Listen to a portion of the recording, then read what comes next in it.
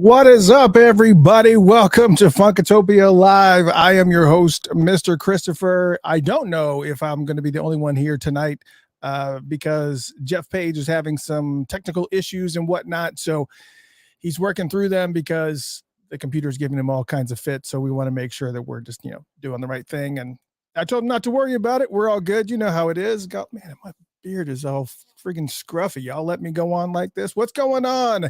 Hello to all you fine folks out there. Again, if you are just joining us, you've never seen this before, please make sure that you click on the reminders and also the subscribe button on YouTube. And if you're on Facebook, please make sure that you are also clicking follow, because that means that whenever we do something, like is cool too on Facebook.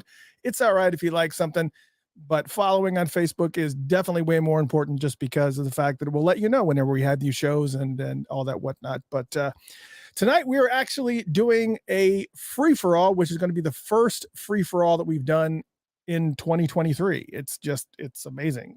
I can't believe we haven't done, I had to go and check and I was like, are you sure this is the first free-for-all we've done? It is. And but right now we're doing a pre-show is where we're at right now. We're kind of we normally start about 15 minutes before the show, just so we can kind of hang out and talk to everybody and welcome everybody into the fray. And tonight is no different, but we kind of did it a little bit later because I wanted to give Jeff Page an opportunity to kind of work through some of the technical stuff, but he still wasn't able to do that just yet. So maybe we'll see him, maybe we won't. It's all good because we still got a great show coming up, and that is that. I just want to go ahead and say hello to some fine folks. Make sure that if you're posting within Facebook and also YouTube, that you also let me know where you're calling in from. Some of you folks already know where you're coming in from, but it's still cool to see. Susan, hello, what's going on? Susan, Kiaria, Veronica, Jackie, Audrey, coming in from Canada, as always, representing the our neighbors to the north. Donna, things are fine. Donna says, hi, Chris, how are things? They're actually doing all right. I'm doing okay. It's, one of those things, kind of like, it's been a really crazy busy week. So that's one of the reasons why we did a free for all. I didn't want to have anybody come on the show just because I just wouldn't have had any time to properly prepare. So not that we're not properly prepared for a free for all show, but it is what it is. The free for all shows are a little bit loose. They're a lot less scripted. So it's going to be totally off the wall. And of course, we're going to go down some rabbit holes, which a lot of our Funkatopians love when they go down rabbit holes, and just expect them, because rabbit holes are something that I do quite frequently. Cammie, how are you? Cammie Mattingly's in the house. Hello. And I know that hopefully you're feeling well and you've got some good positive things going on. Susan, what's going on? Krista, hello. Caroline, Ron, yes.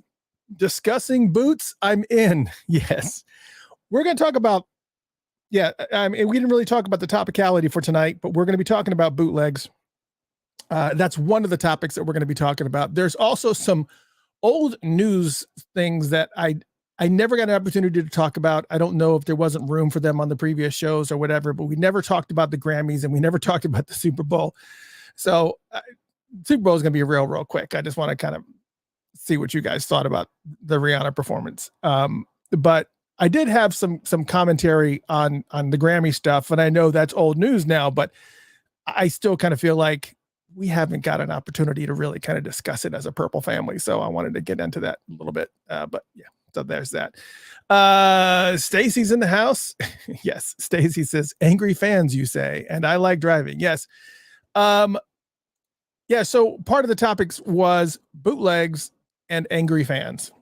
And so I kind of, let me get through with the hellos here. And, and then I'll give you a little bit more detail about exactly what this topicality is for the night. Okay, we'll talk about that in just a minute. Deja says, angry fans, I am an angry fan right now. I don't blame you. We're going to try to kind of give a little bit of clarity tonight. We'll see how that works. Jonathan, hello from Dublin. Oh, that's awesome. You know what I actually did, there's some really cool record stores here in Atlanta. In one specific place is Little 5 Points, which is over on Monroe Drive, kind of downtown Atlanta, because there's 4 record stores within like walking distance of each other, which is really cool. And And the reason why Dublin drew my attention was because one of the vinyls that I happened to pick up this past weekend was one of my all-time favorite albums. I've had it in a variety of different ways in cassette, but I have yet to purchase an actual physical copy of this friggin' album, U2's War. Let me just go ahead and say, for those folks who are not familiar with U2, I know that we kind of specialize in R&B, funk, and stuff like that, but everybody knows that I'm an 80s baby, and this album right here, U2's War, is probably one of my all-time favorite albums for sure. It just has, it's just audio perfection, is exactly what it is. And if you've never heard this, definitely hit Spotify and check it out. I don't know where you've been if you've never heard that album, but certainly there's nobody here who is not who U2's War, at least Sunday Bloody Sunday or whatever else out there. But so, yes. Hello from Dublin. Krista, what's going on? Greg. Greg can't stay on board. He's got a meeting in Milwaukee. That's okay, because as you know, once we're done, this all gets broadcast over to the next day after I kind of do some minor audio changes and whatnot. We'll actually push this over to Spotify, Odyssey, iHeartRadio. So you'll be able to listen to this broadcast starting later on tomorrow, after kind of do some audio changes and whatnot. But as long as I don't play any specific music clips that cause me any problems, you can immediately see this broadcast on Facebook and YouTube in perpetuity right out of the gate as soon as this broadcast is over. So definitely check that out. Bonnie, aloha. Maybe you're alohaing because in Hawaii. Yes, of course. Carolina, of course. North Carolina. Yep. I was just in North Carolina. I was actually in Mooresville, North Carolina, where my daughter lives. And I was visiting her over in Mooresville, North Carolina. It's pretty awesome up there. Very, very cool. Very laid back. And a very racing centric town for sure. Elena, hello. How are you? From NYC and Cannon Beach, Oregon. Isn't? No. Let me go ahead and just get this out of the way. I am geographically stupid. Isn't Oregon landlocked? No, it's not. It can't be. Or is it? Cannon Beach, Oregon. Okay. My stupidity is just like way out there right now. Oregon just sounds like one of those states that's in the middle, like tucked in between the Dakotas or whatever. Deja, hello. Harry, what's going on? Cammie is calling in from hell. Okay. I'm sorry about that. Jill from Milwaukee, Coca from Illinois. What's going on? Stymie from Chicago. Lynette, hello. Elena says, Mr. Christopher, I loved the Valentine's Day show. It was great to kick back and enjoy his slow ballads and instrumentals. You know what was, so that was actually the radio show version of it. We did the show we did was Muses and Lovers, and there was a bunch of stuff that really kind of needed to be updated. One of the things was in the Muses and Lovers broadcast, I indicated that Susan Moonsey was running a cafe called Hardy Park Cafe, I think it was the name of it, in Fort Lauderdale, Florida. And come to find out, that's apparently old, at least like a couple of years old now, because now Google shows that as permanently closed. So nobody head to Fort Lauderdale, Florida to visit Susan Moonsey's restaurant with her son, because it's not there. So just don't do it. It's just a waste of time. Aaron, what's going on, girl? Laura from Des Moines. Susie, hello. Yeah, Andrew says Tuesdays come quick. Yeah, they do. It's Jackie, what's going on? Jackie Knox, love you, girl. Also Cheryl from Minnesota. Yeah, we heard that Paisley Park, if you have tickets to Paisley Park and you're planning to go within this next week, I would absolutely say that's not a good idea, just because of the fact that apparently they're having a huge snowstorm that is going to be barreling through Minnesota. It's going to be it's bad. So they are closed on Thursday, the Paisley Park, and also the Prince channel on Twitter. And I think on Facebook also made that announcement. They are closed on Thursday. So I guess the snow is only affecting them on Thursday. I didn't follow up and do my due diligence and figure out exactly what days are going to be affected. But Thursday, they said it is what it is.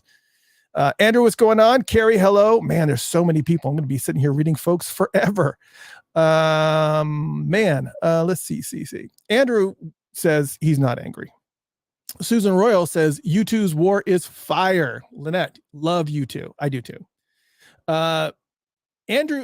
Andre from Canada has been pushing for the 3D hologram, for Prince's 3D hologram, for a very, very long time. And you know, that's not happening. It's never happening. Like, it will never, ever, ever happen, because Prince saw it in action one day or at some point in time, and he said, this is never going to happen. He said, it's just, he doesn't like it. I don't remember what his exact words were, but it fell along the lines of somewhere along demonic. So it's not going to happen. Never expect to see a 3D hologram. And if it does, I would hope that the estate, who was firmly aware of Prince's wishes, will never, ever, ever, ever do it. And that we will all be dead and gone when it happens, just because we will be very, very ticked.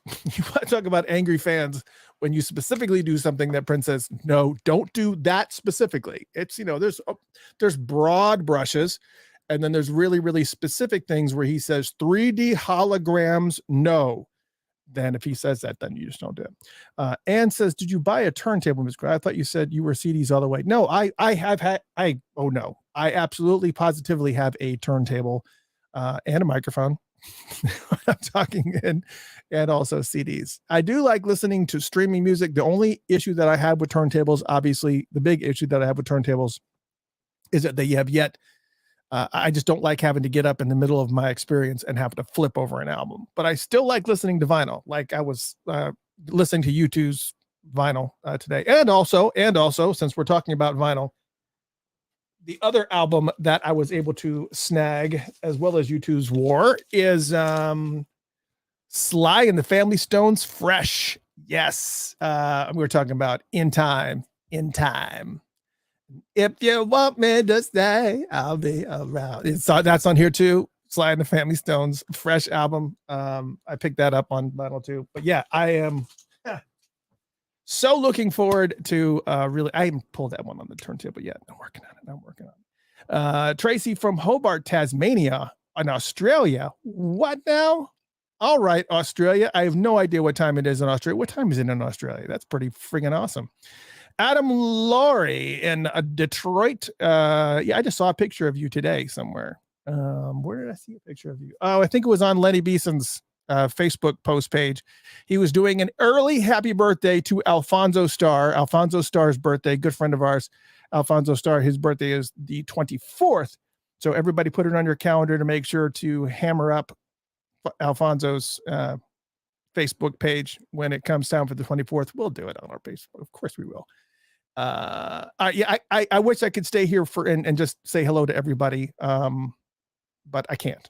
Jackie from Houston, I see you. Let me see if there's anybody else I'm missing. I'm just trying to just hammer through here real quick. Oh, and Deb says it's just afternoon in Melbourne. Okay, so that's not bad. All right, so speaking of which, there was something that was oh, yeah. So I love the fact that the Facebook followers is growing so insanely well right now.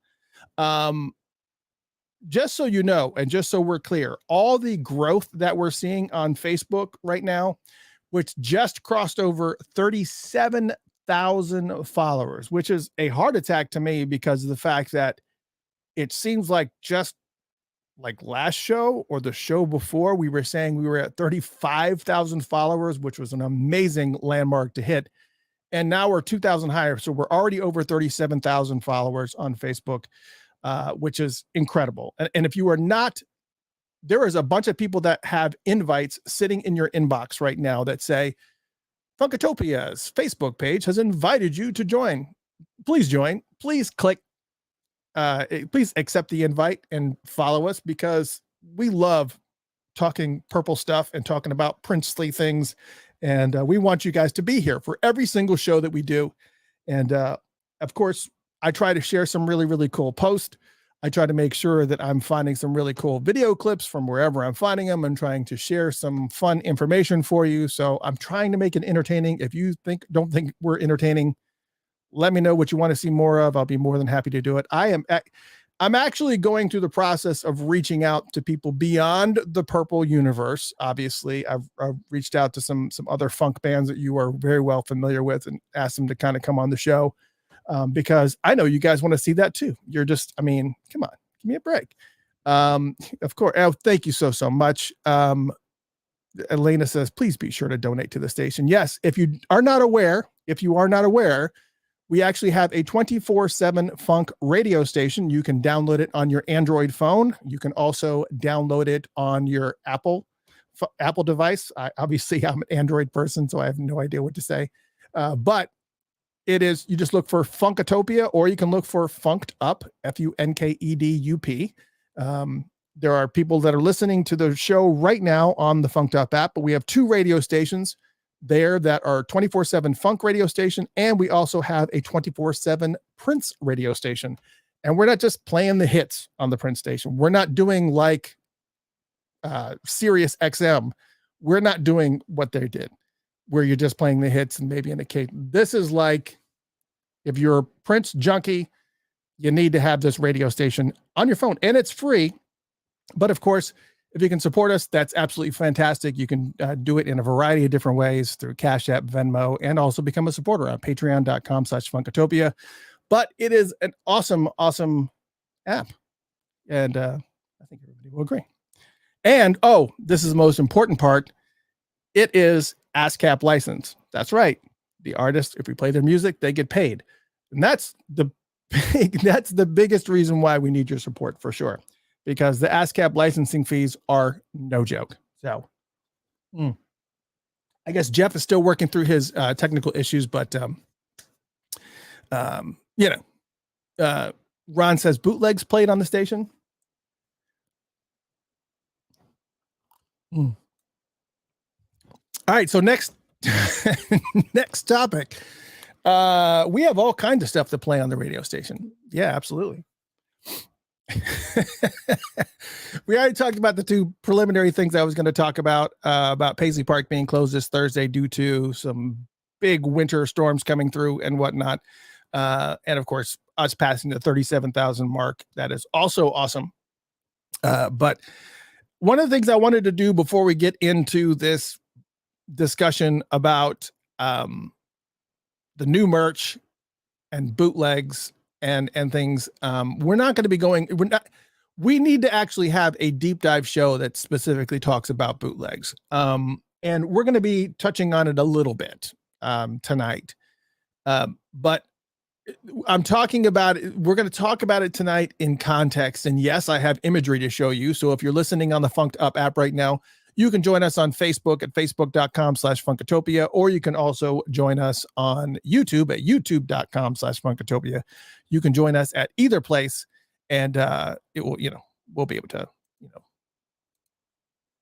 we'll be able to actually see what you're saying and whatnot. So, yeah. Oh, wait, hold on a second. This is really, really strange because Jeff Page is now in the mix, and I don't know where he's at. It's like he's sitting on his cycle. I don't know what's going on. Ladies and gentlemen, please welcome. Where the hell are you? Well, see, what had happened was after I got arrested, they gave me access to this room. So no, I'm sitting in my living room on my comfortable red and blacks because those are my colors. I am on my 3rd spare laptop. See, trying to make this work. Well, I mean, yeah, I mean that works. I mean, I can see you, I can hear you, and what, but you're not dressed up. You don't have all your jewelry and whatnot. I mean, you're in chill mode. This is so unusual that you're in chill mode. I feel very naked right now and vulnerable. So be gentle. You look naked and vulnerable. I'm just not comfortable. Mine is naked. I think there's a thin layer of clothing between you and naked, but yeah, there really is. There really is. All right. For those of you just listening on the Funked Up app, you just have to imagine Jeff Page naked. That's it. I mean, I do. Don't we all? Ladies and gentlemen, again, for you just joining us, welcome to Funkatopia Live. I am your host, Mr. Christopher, and we've just been joined by our illustrious co-host who has been dealing with a bunch of technical issues tonight, but he is here with us, Jeff Page. I still got the front in me. All right. All right, so we kind of went over some of the preliminary nudes. You got me thinking about naked news. You're thinking about me. Yeah. So I wanted to kind of go into, we're going to be talking about, all right, first, let me discuss what we're talking about tonight as far as, we're going to be talking about old news first, because I have some things that I want to talk about that happened on the Grammys. And I know the Grammys are old news now, but we have not talked about the Grammys. We did not talk about those things as a Purple family and been like, what the? Okay, there was a couple of Prince mentions. Yay. Woot woot. Wake me when you're done. So there were a couple of Prince mentions, but whatever. I mean, anytime that you can get through a Grammy, where I don't think they've gotten through a Grammy yet where Prince hasn't been mentioned, or it's not yet. I don't know, but there were some things that happened at these Grammys that made me laugh.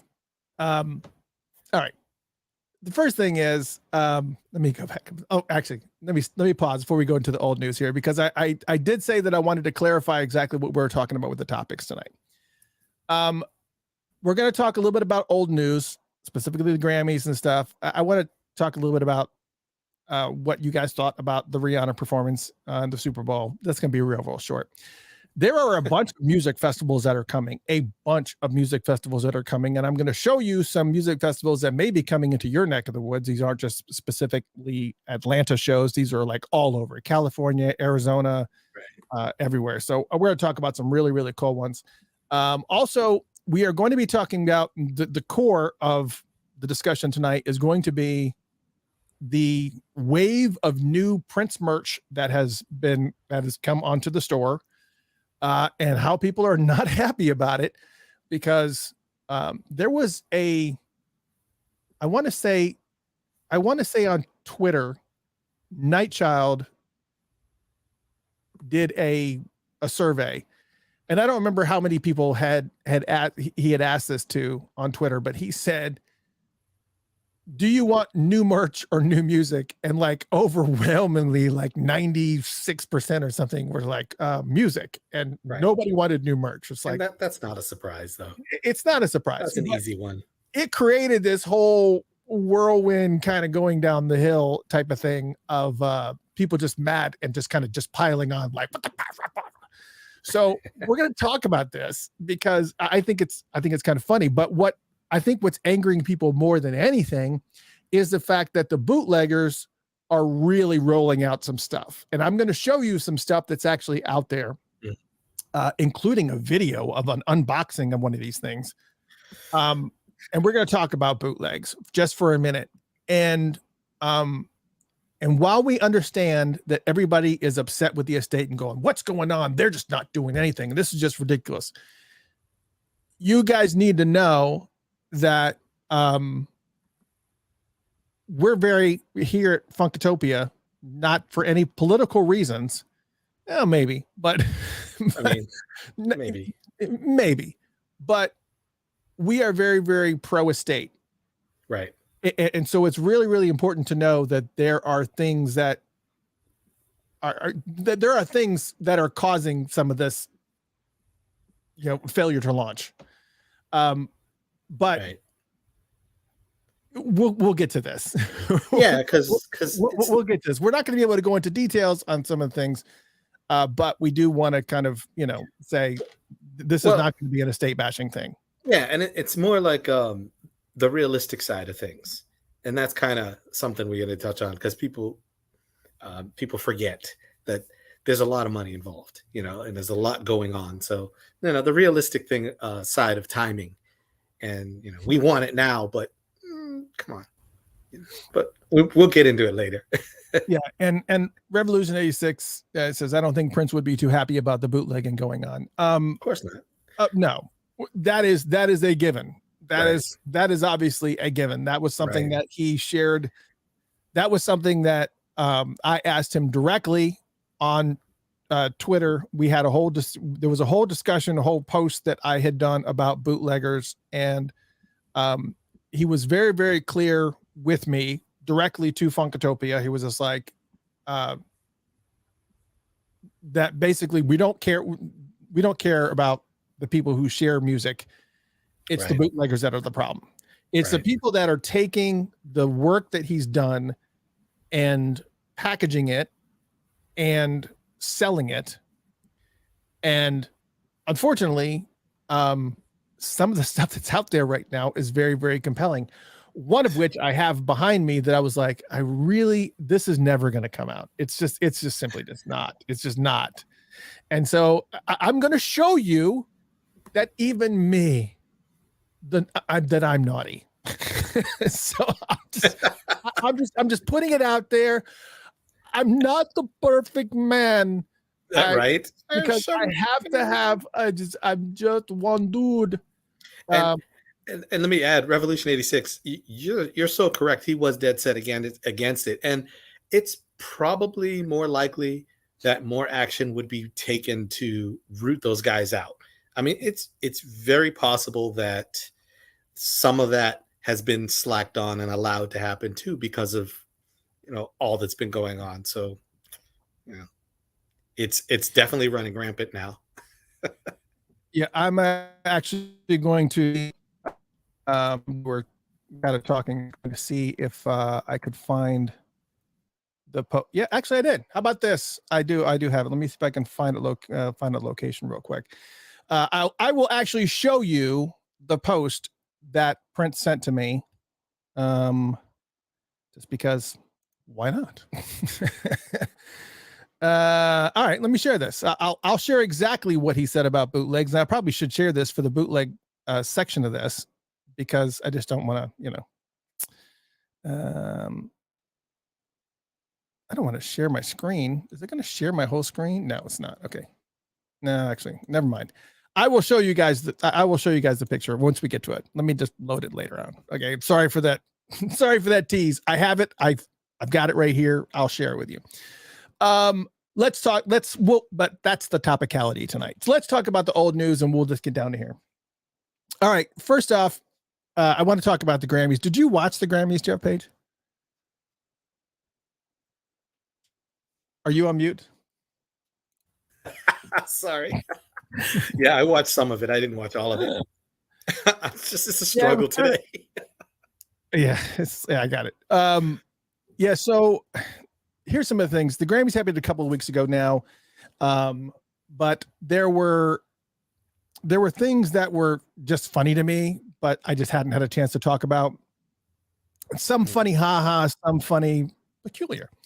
Yeah. I guess probably the first thing that was probably funny peculiar to me was the whole Beyonce scenario. For those of you who don't know, or maybe that just kind of heard it at the water cooler at work or whatever, Beyonce won for the best dance electronica category, which that win put her in the artist that has won the most Grammys ever out of all artists in the history of the Grammys. That put her like over the top. Right. And I'm glad that she won. It's awesome. But not in that category. Because just to kind of give you an idea, here are the other people that were in that mix who are electronica. Like they are electronica. Right. Bonobo, Fragments, electronica. Diplo, electronica. Odessa, electronica. Rufus Du Sol, electronica. Yeah. And then Beyonce's Renaissance. Yeah, this felt more like she's so close. Let's just give her something. Yeah, we really want her to break this record. We really want it to happen now. I know. Diplo's over there going, what the. Like, I think everybody in electronica is like, okay, right. Time out. We're done here. This is not happening. Love love, yeah, I love Beyonce. I love her music, but this is not electronica. Her album, and I think because of the fact that the category is dance / electronica, right. The only reason why she would have won was because of the fact that probably that is the only dance album in the mix, technically, maybe. I don't know. It's not her category. I don't know. Maybe it's one of those where she's broken every record. They said, let's make sure that she wins every category too. Like there's not going to be a category at some point that she hasn't won. Oh yeah. Well, see, that was another issue too, obviously, was because of the fact that people were very mad about the fact that well, there was a lot of people complaining, specifically Jay-Z. I know he was very, very upset, but a lot of people were really upset that that Harry Styles actually won for Album of the Year. Right. And listen, Harry's yeah, I don't know exactly. Anyways, Harry's album is fantastic. Right. Just to be clear, Harry Styles' album is fantastic. Yeah. It is really, really, really good album. And it's not just good because it's current, it's kind of keeping with the times and blah, blah, blah, blah. Harry's album does something that was very it definitely just had a great flow to it. Yeah, it's very friendly to all audiences. It's not like littered with a bunch of, it's a really friggin' good album. Yeah, and if you haven't considered it, it's worth a listen, like for sure. Oh my God, it's just a really, really good album. So yeah. I wasn't technically surprised that he won it. I knew it would either be him or Beyonce, and of course, if you're a Beyonce fan, you don't want to hear it. You're like, there's no argument because let's see. Here's Susan says, does Harry Styles write his own songs? Yes, he does. Actually, yes. He is actually a writer. He's actually a guitarist. He is actually, yes, he does. Super talented. He does. Yes, he's a very, very, very talented, and he does actually have, other people too. But, there's just it's a really freaking good album. But a lot of people were also giving him grief because during his performance in his disco tassel thing that he was whatever, they had a spinning turntable that was on the I guess on the area. If you see it from above, I was trying to find a good picture of it, but it's a turntable and it turns, and they have all this choreography that is happening on the turntable, including, Harry was up there at one point in time. But here was the problem was everybody was like, oh, that looked horrible. It just looked like really, really bad. What was funny about this is that something went wrong and the turntable was turning the wrong way. So they had this whole entire choreography that was based on the turntable going a certain way. And on the fly, Harry included, they had to do this whole entire choreography in reverse so that they, and that's the reason why everybody was kind of looking a little bit off balanced and it was just a mess. And so I got to say, considering that this happened on a national stage and that nobody busted their butt, I mean, it's pretty amazing that they were able to completely, everybody, all the dancers, were able to fix it somehow. Yeah, that's an attest to real talent. real work. That is freaking amazing. Yeah, but see, go ahead. No, go ahead. I feel like maybe it wasn't a mistake. Maybe if you play his album in reverse, maybe there's some hidden message in there, and this was like, "Hey, people, wake up!" All right, so stay woke. So, anyways, congrats to Harry. Beyonce, I'm glad that you won, and you now hold a record that nobody else has had. Now, Jaden has been standing over here in the wings, and I know the second I start talking about this next topic, she's just going to go ahead and leave the room, which is Sam Smith. and his performance of Unholy. Yeah, she's no, we're not watching it. We're not watching it. No. Did I watch it? Yes, I watched it. I just wanted to see what all the hubbub was about. Okay, go ahead and go, babe. It's fine. I still love Jesus. We're good. Go. All right. So listen, this is actually really, really funny because it's not funny, but it is funny because there's some things that Sam Smith performed the song Unholy at the Grammys, and he basically blew up the internet with this performance of this. People were very upset about the imagery of the devil and demons and some satanic imagery. And yes, I agree. I agree that it is definitely over the top. It is very, very over the top. The performance was, I mean, because he was dressed up with the hat with the devil horns on, not the whole entire thing. You know, there was a bunch of people of various, there was a bunch of people that were playing the parts of demons. Right. There was cages, there was fire, every single bit of lighting in the whole entire arena was all red. It was something, for sure. It was just over the top.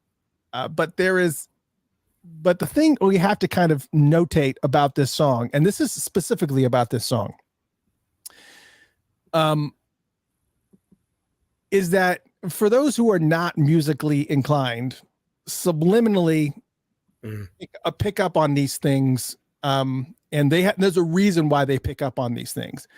For those of us who do music, I can read music, but I don't play any instruments proficiently. I'm a singer by trade, but I know music theory. And when I heard this song, and I'm sure it's for all musicians as well, we heard it immediately.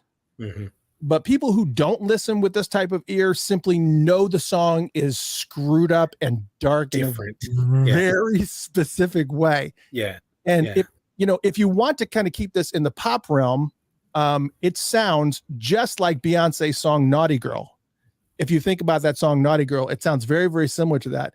But I mean, maybe slowed down and creepier. Actually, for those who aren't familiar, I'm going to play a little clip. I'll just play this little clip. Okay. That's all I'm going to play. Yeah. All right. So that is just the choral part that starts off the song. So this is a band I wasn't aware of, but there is another band. Now I'm not going to actually play a song, but if you guys want to look it up, there's a band called Lord of the Lost, and they have a song called Your Star Has Led You Astray. And Sam actually may find himself in hot water on this one, because if you actually look up Lord of the Lost and you search for that song, Your Star Has Led You Astray, you're going to actually see some, it's like the chord progressions are very, very, very similar. Very similar. But the biggest reason why it's causing people to get up in arms is that, again, subconsciously, there is major religious undertone musically, not just lyrically, but also musically in the way that the song is kind of constructed. Right. It has very, very similar chords that are popular in like Jewish and Arabic cultures. It kind of also has that Fiddler on the Roof. Tell me if I were a rich man. It's still got that whole vibe kind of going in the background, but all of that stuff is intentional because the song was produced. I don't know the guy's name, but he's an Iranian producer. And he used that same worship music chord structure. But then he also layered in a bunch of backmasking and of course some big heavy thump and stuff. And of course that sets off a bunch of red flags for people who kind of fall on the religious side. I mean, that goes all the way back to the 70s and 80s. Right.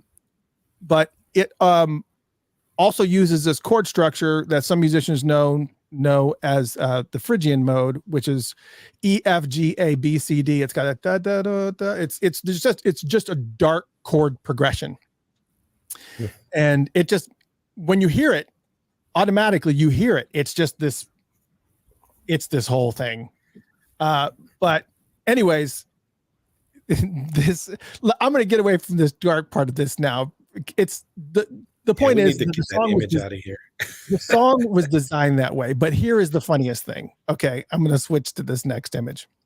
Actually, that's the other image. That kind of shows you a little bit of the imagery and stuff that they actually had with the fire and everything going. It's just, yeah, it is what it is. But here's what's funny. This makes me laugh.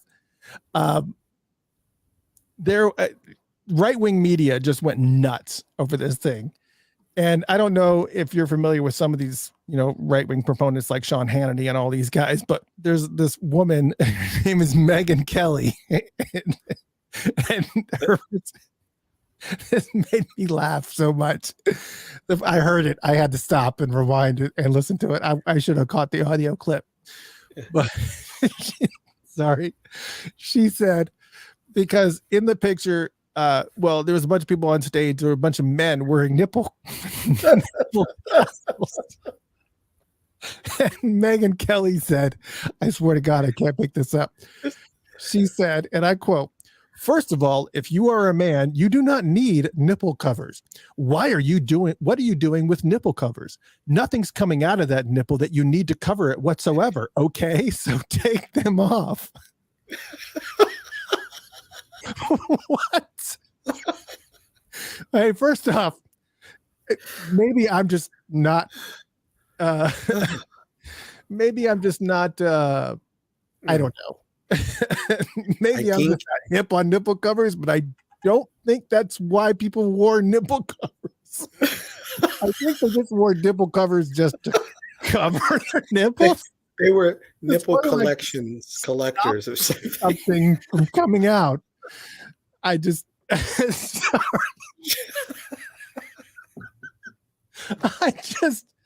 I was like, what in the world is this? What they are lactation prevention devices. That's what they are.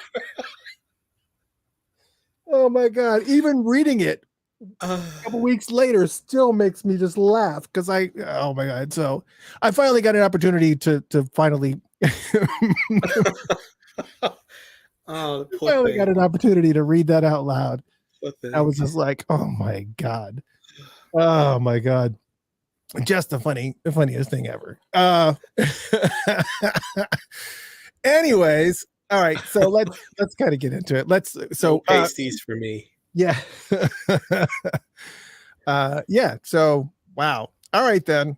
Let's talk about Super Bowl just for a second. What did you watch the Super Bowl performance of? Let's talk about nipple covers. I'm sorry, I'm still not over. If anybody needed nipple covers, it would have been Rihanna, who just because she had a new pregnancy. So, just to make sure I'm not confused, is this the new term? Because it's always been pasties my whole life. Is this like a new term? Nuts. Yeah. Well, again, it's just funny to me. Okay, let's move on. Yes, I did watch the Super Bowl and I did watch her performance. Yes, and I was waiting. I was hoping somebody like Eminem or somebody would come out and maybe they would do something. Yeah, I was just waiting for somebody to come out and do something. Really? To join her on stage. She had enough hits, obviously, to carry it through. That serious guts to be on that stage. Yeah, it was awesome. To do what she did. Yeah, to tell you the truth, I'm actually glad that she didn't bring someone else on, because so far all these past Super Bowl shows, like the most recent ones, there's a performer and there's always somebody else. There's somebody extra. Like they can't carry a show themselves. And she just went out there and said, I got this. And I really appreciated that because, yeah, I like the other artists. I like to see somebody, and it would be great to have a guest show up. But I'm glad she did it that way. I really am. Yeah, Krista said was boring. Yeah, a lot of people said, wake me when you're done. A lot of people said that. Just because the fact that a lot of people just, if you're not into Rihanna's music or whatever, it's gotta be a mixture of I don't know. It seems like it's got to be a mixture of spectacle and also, but let me tell you something. As a man who is terrified of heights, She was up there, right? oh my God, Man. those platforms, if you raise me up, I can't stand on top of a 6-foot ladder on like the second run from the top of a 6-foot ladder and not be like grasping on the shit. Like it's like very, very difficult for me to like get on my roof and stuff. And shows like it's just it's just despite the height issue, I think she did an awesome job considering she just had her child, she just did her thing. Had a beautiful child. She's very proud. I think she went out there and for her circumstances, knocked it out the park. I think anybody who was expecting her to do anything crazier or bigger, that's unrealistic. I think the outfits and the fact that the way she covered up and the way she didn't try to be the thing we were expecting by flashing all that. And she was respectful. And for me, I felt like, wow, this is grown up. You know what I'm saying? Like, I felt like this is grown up. And that's what she gave me. I took away, like, that was awesome. I thought the choreography was great. And it's not even that the choreography was great, not to take away from the choreographer. It was good choreography. I think the dancers were killing it. I think they were putting everything out there in that choreography that was good but simple. You know what I'm saying? I think they put it out there. And she's pregnant now. That was her public announcement that she's pregnant again. Right. Oh yeah. So not only that, to be on that platform, 100 whatever it is, 150 feet in the air on a platform, I was terrified for everybody because I'm thinking, okay, yes, they are. There is a pole that they are connected to, so that it doesn't wobble and they don't fall off. But what happens if any one of those cables snaps and that? I mean, hers was wobbling when they moved in close. Hers was shaking. I was like, eh. Yeah, that's kind of, again, with me being so poor with heights, I just I about had a heart attack. I had a heart attack watching it. So, but does it compare to Prince's halftime performance? That is like the set bar, I think. There was just so much going on. It's not fair. It is not fair. Come on. But we are who we are. She's great in her own right. You can't compare her to Yes. All right, so let's talk about some of the concerts that may be coming into your area. That's all I wanted to talk about with the Super Bowl. There was nothing else really to talk about.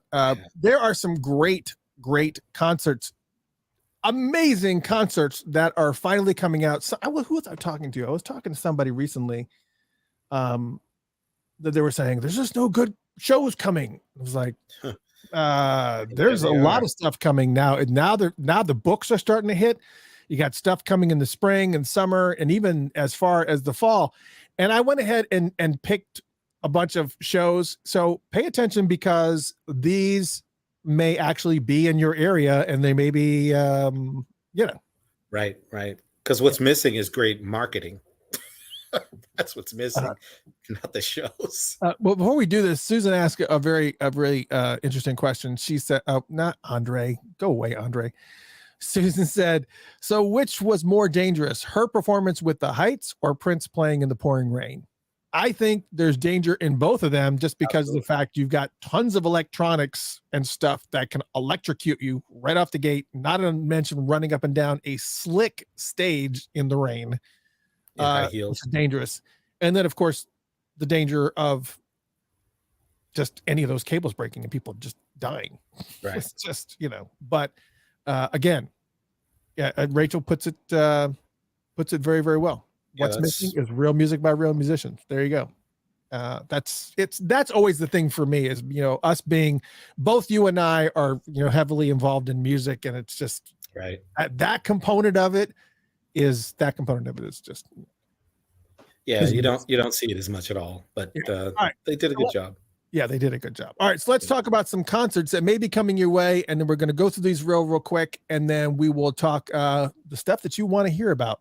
The new Prince merch, which may not be the topic, and the bootlegs. We're going to be talking about that and how folks are angry.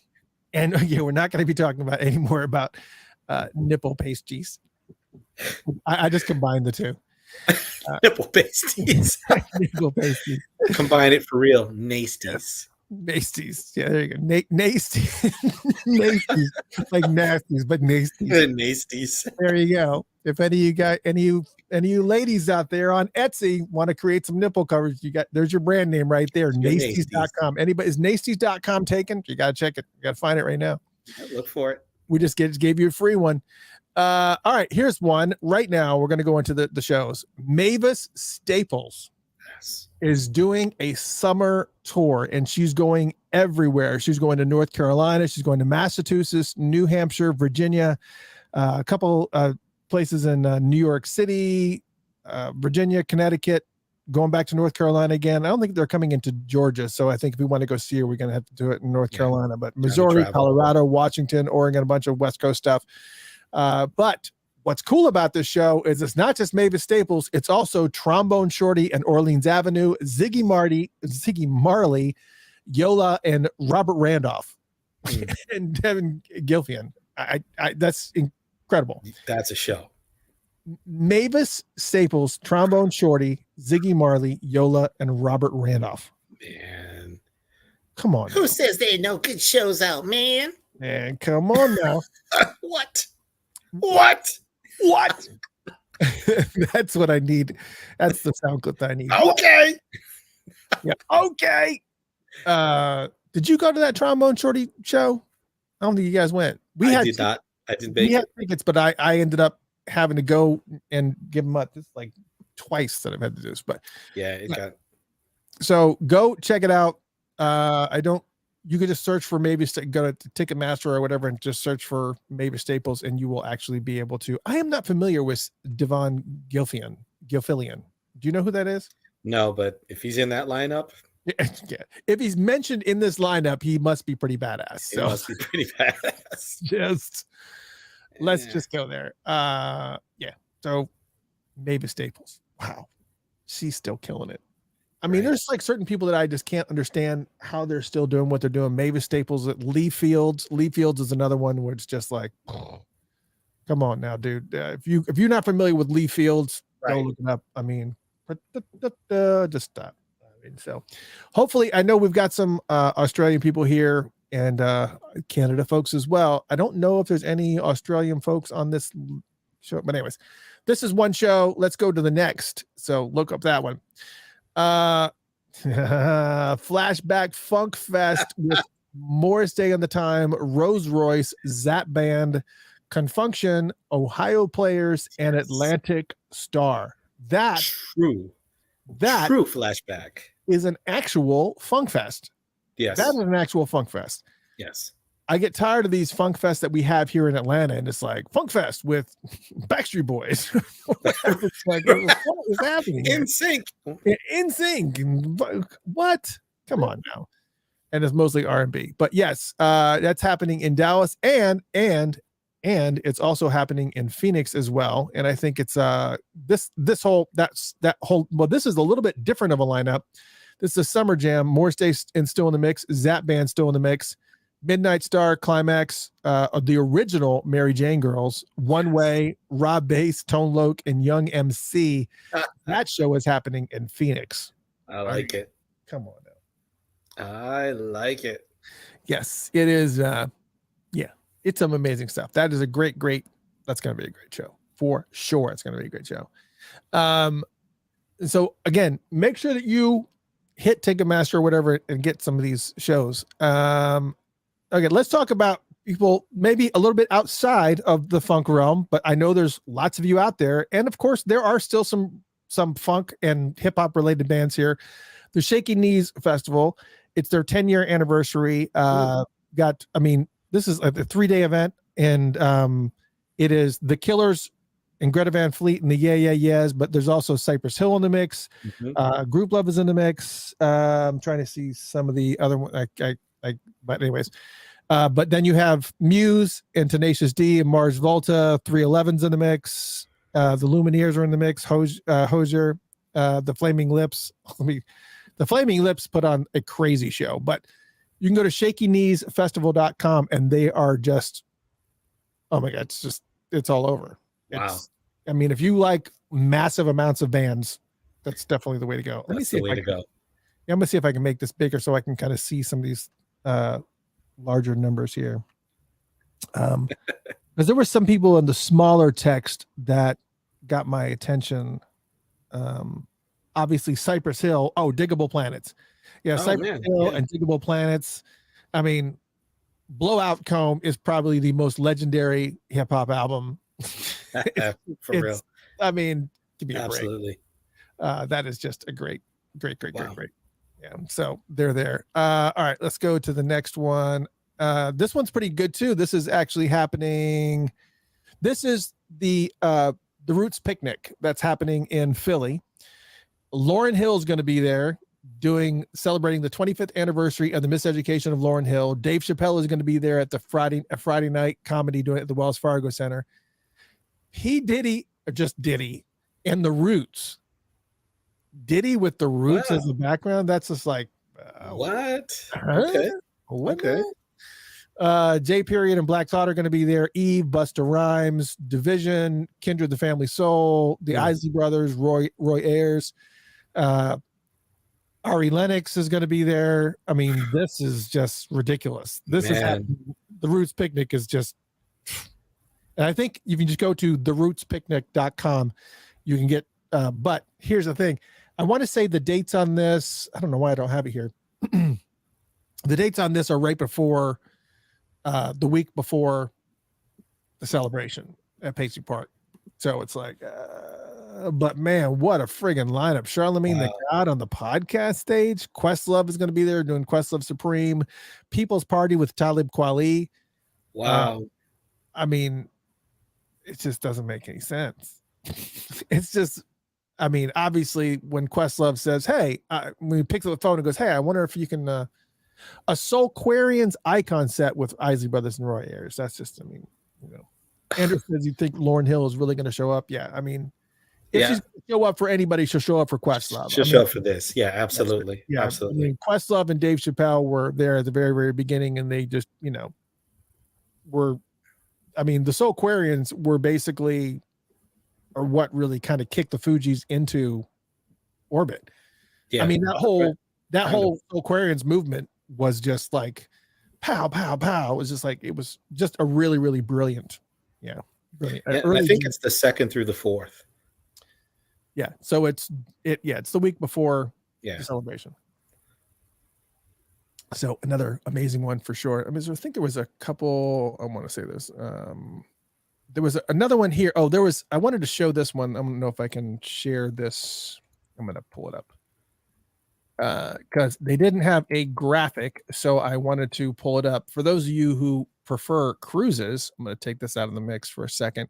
I'm going to share a screen. Sorry for you fine folks that are on the Funked Up app, because, you know, we're just kind of, you know, we're sharing a variety of different things. But I wanted to show you this too, because it's the ultimate disco cruise that is actually happening starting in just a few days. So if you're just like, man, I wish I had something to do this weekend. How about a cruise? A disco cruise. February 25th through March 2nd. Casey and the Sunshine Band is there. Kool and the Gang, Taylor Dane, Tavares, Sister Sledge, The Whispers, Norma Jean Wright, Evelyn Champagne King, Heatwave, CNC Music Factory. I mean, the Tramps. I mean, this is just ridiculous. You know what kills me is, to me, I mean, that's more than a disco. Like, I think they're doing it. It's not all disco. Yeah, but I think it's like, that's not disco. My Tavares are there, man. Tavares, The Whispers is not disco. Kool and the Gang is not disco. Come on. It's just, Heatwave is not disco too. They have Disco Inferno or whatever, but I mean, it's not. I think the name's not doing it justice. Disco Inferno. Yeah, I think they're taken away by calling it that, but whatever. Yeah, I don't think people knew. I don't know. Maybe they just didn't know. Yeah. Well, maybe they're just like, you know, this is what we should call it. We should call it the Disco Cruise. What year were they big? What was out then? Right. All right. Let's look at we'll look at a couple more, and then we're going to break into our main discussion here. Coachella.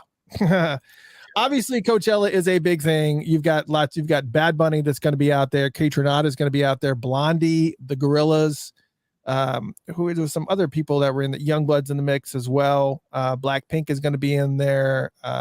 Charlie XCX, Frank Ocean, that's going to be freaking amazing. He doesn't really do a bunch of performances. So, for him to kind of get out there and do anything. Dominic Fike is going to be there. For those who don't know, Dominic Fike is, he was one of the actors in what's the show that was on HBO with I can't even think about it right now. So anyways, he's an actor, but he's also really cool performer as well. Willow's going to be there. So that's kind of it's kind of small in there, but a lot of people love Willow. So there's a lot of things. And of course, Calvin Harris is going to be there as well. So there's a lot of amazing acts that are going to be at Coachella. So if you're a Coachella fan, you happen to be out there on that West Coast, they've got a bunch of stuff that's going on. Yeah. Wow. And I only have one more thing to show you. That's it. Just one more. And then we're going to get into some of this Prince merchandise / bootleg conversation here. But this one is for our ATL peeps, because I wanted to make sure that you guys were aware. You still haven't given me an answer on this show. But there is a couple appearances that are happening. And I'm going to show this. There is a venue called St. James Live. And what's cool is that on February 25th, which is what's going to be 22nd, 23rd, 24th. So Saturday, this Saturday coming up, there's a show at 7, there's a show at 9:45, but it's called the B-side. This one right here, where it's a tribute to Roy Ayers, War, Sly and the Family Stone, and Prince. And it's Dashiell, I don't know how to pronounce his name, Dashiell Smith, with Malcolm Jamal Warner playing bass from the Cosby Show. Well, if he's doing a lot more than since the Cosby Show. He's actually a doctor on the television show The Resident. I didn't even know he even played bass, but he is there playing bass. And I don't know what. Wow. He's got a very, very different voice than what he had on Cosby Show. It's really deep and it's really, really deep, and it's totally different now. But Malcolm Jamal Warner is going to be playing bass, and I'm doing a tribute to Roy Ayers, War, Sly and the Family Stone, and Prince, and they're doing 2 shows this Saturday, February 25th, and a couple of days later, or actually about a week later, Marcus Anderson is going to be there. Oh wow! He's going to be performing 7:30 to 9, so that's very, very cool. But this one seems interesting too. Trap Jazz All Stars. Is this like trap meets jazz? I don't know what this is. It's compelling. But this is at a venue called St. James Live. You can go to their website at stjamesliveatl.com and pick up tickets to that. But kind of wait, because I'm probably going to go. So I will probably be there, at least for the Malcolm Jamal Warner venue. Hopefully they got their lighting issues fixed, because their lighting is horrible. They are one of these. The lighting that they had set up was not connected to any type of lighting situation. Like, all the lights were just there. Some of them were just blinking just to blink, not sound activated, just blinking, just to blink. And it was just so. The last time I was there, I saw Shelby J there, and I was like, so. Kia also says, for all Atlanta folks, Prince tribute Purple Madness is going to be at the Buckhead Theater on February 24th. Yeah, there you go. Coolness. A lot of good stuff. Jaden, why are you in this mix now?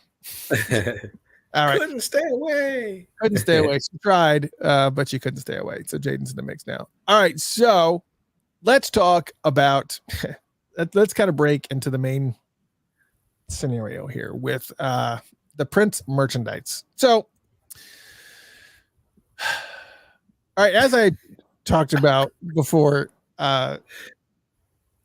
Nightchild on Twitter was talking about the fact that he had he asked a group of folks, I don't know how many people, it was like a couple hundred at least, that had responded to this thing. Do you want more music or do you want merch? And of course, overwhelmingly, everybody was like, music. Of course, just music. That's it. Music. We don't want more merch. It was like 90 something percent, 95% people wanted music over merch. That is without a doubt. All right. So everybody, first off, they've got a really, really cool giveaway that they're doing right now. It's a winter bundle giveaway. So you can go to the website store.prince.com for a winter bundle giveaway that is going to be that tracksuit, the black tracksuit.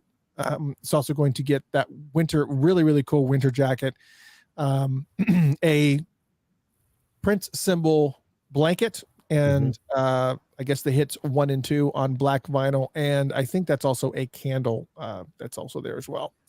But if it's you win a merch bundle, plus you also get a $250 gift card to the Prince official store. So you can go to store.prince.com. If you get $250 in merch and also all this cool stuff to boot. You don't have to spend your $250 for this. You get that and $250. So that is a winter bundle giveaway. But some of the things that they have been offering, obviously, on the new merch side of things, are hats. That's not a bad hat. Right. It's not a bad baseball cap. The water bottle is very, very cool. It looks like one of those kind of ones that's a little bit more shrink wrappy that you are not dishwasher safe at all. Right. But then they also have these Prince socks. I guess everybody was demanding socks. And then of course the umbrella. I think that was the umbrella that they gave away at the first tribute that they did at the Minnesota Twins baseball game. I think that was one of the ones that they kind of given away. Right. But everybody was very, very, I did not showcase the $400 third eye girl or third eye glasses, which I did that last show. I am not drawing any more attention to those because that's just going to make folks even more mad. So exactly. It's just, anyways, the whole new merch thing just started making people very, very mad. I hid the names because I don't want people to get bashed or whatever, or, get banned from the estate or whatever. But the one guy says they are literally trolling us at this point.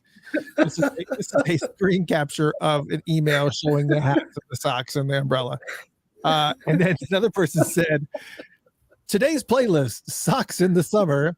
Stepping in the water bottle does not compute. Purple Rain umbrella mix. And my favorite track today, We Merch. That's brilliant. So I think that's hilarious. Yeah. People are mad. People are not happy about frustrated about that merch situation. And so the reason why this became an issue is obviously because on Record Store Day, which was, there were around 250 new releases that were coming out. And when I say new releases, I use that loosely. Most of these are reissues of old albums that are either going to be on colored vinyl or something that has not seen the light of day for like forever and a day. So that's normal. Matter of fact, if you notice, that's why I'm wearing the hat today, the Record Store Day hat, the RSD hat, which is actually a very, very cool hat because it also has, anybody know what that is? Yeah. Know what that is on the top, which is the for those who don't know, it's for the 45s that you put on top of you put in there so you can put them in. Anyways, so I wear my Record Store hat today, but the main reason why this is upsetting to people with the merchandise scenario was because when it became time for the announcements for the new albums that would be released for Record Store Day 2023, which is April 22nd, Prince was glaringly absent from the list of anything. Now, I'm pretty sure this is the first Record Store Day that has gone by without anything being released. There was always something there, like always like the Right. Gold Experience, you know, the re-release of the Gold Experience or whatever it was. Right. There was always something. Now, there's not to say that this is the list now. If you want to look to see what the full list is to kind of see some of the folks that are on the list, there's not really anything funk related, or there's nothing really that really is on our genre Right. present.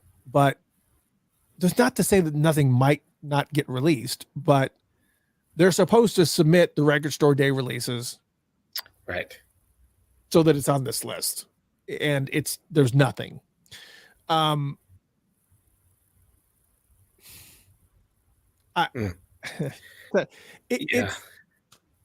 So this is kind of where we get into a little bit of I guess we'll talk about, a lot of people are just upset about just the estate in general, and just kind of, you know, here are some of the things that we're kind of seeing when this I spoke too soon. They did release something for RSD equals royalty shafted and denied, a bleeding purple umbrella modeled on the emojis. 2 + 0 + 2 + 3 equals absolutely nothing. Enjoy the rain and may you live to see the dawn. This is just there's some things that people are kind of pushing out that people are really, really upset. I don't want to show that just yet. And there are, if you go to Twitter and you search for Prince, you are going to see a huge selection of annoyances, of people that are very mad. Very mad about this. So I kind of wanted we wanted to talk about this for a second, because don't it make you mad?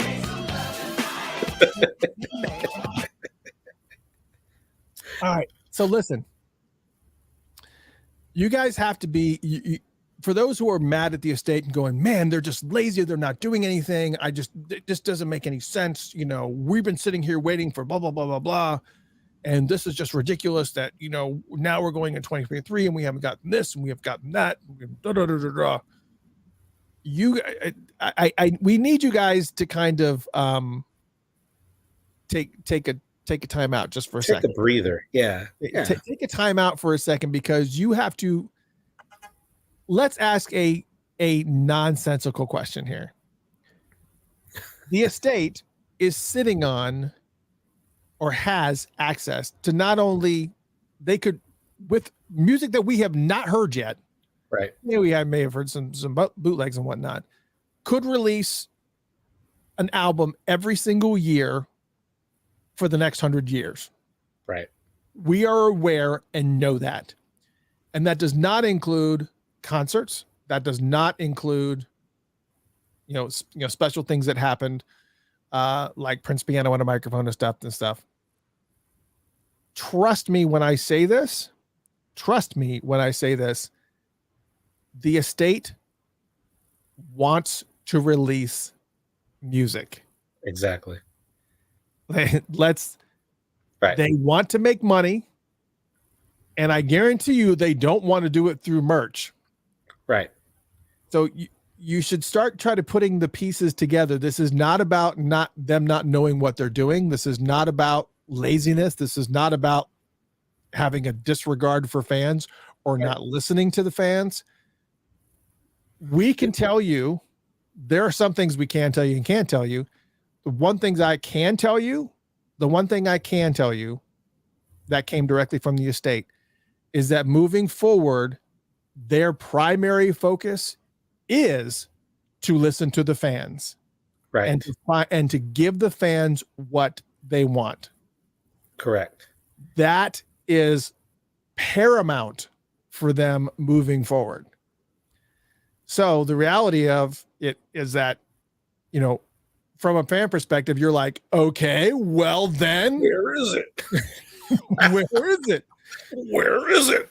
This is one of those things where you got to kind of take a break, and you got to kind of take a little bit of a common sense, because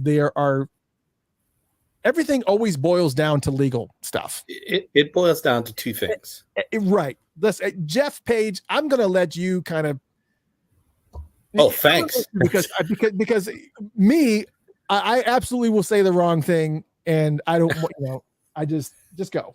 I'm still There's no right or wrong, but we all know that it boils down to two things. There's legal, and it's all about money. So we all know the state and the value and all this extra music that's out there and all this stuff that's going out there. And like Chris said, we know for a fact that they want to listen to the people. Sharon knows the music that's in the vault. She knows what's there. She knows she wants to let things out and put things out there. But let's be realistic, right? We're greedy. We all know this, and we want what we want. We want it now.